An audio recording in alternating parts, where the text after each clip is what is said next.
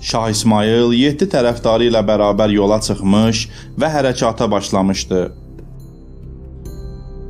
Taroma çatdıqda 70 nəfər bu az amma hərarətli qrupa qoşuldu.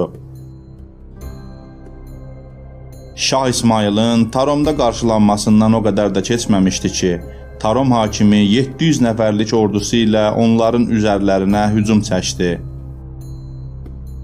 Onlardan kim olduqları, nə üçün burada toplandıqları və rəhbərlərinin kim olduqları soruşulduqda dedilər: "Bizim rəhbərimiz şəhid Şeyx Heydərin oğlu İsmayıl Mirzədir." Tarom hakiminin bu adı eşitdikdə gözləri bərəldi. Uzun zamandır axtarılan o uşaq indi əlinə keçmişdi. Tez ordusu ilə onları mühasirəyə aldılar. Şah İsmayılın tərəfdarları şahı müdafiə edərkən İsmayıl qılıncını qınından çıxartdı və dostları ilə bərabər hücuma keçdi. Onun şücaəti dostlarına təsir qoydu və birlikdə düşməni haqlamağa başladılar.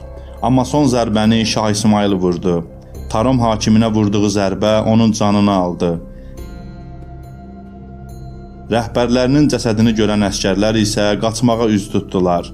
Bu döyüş Şah İsmayılın ilk döyüşü hesab olunur.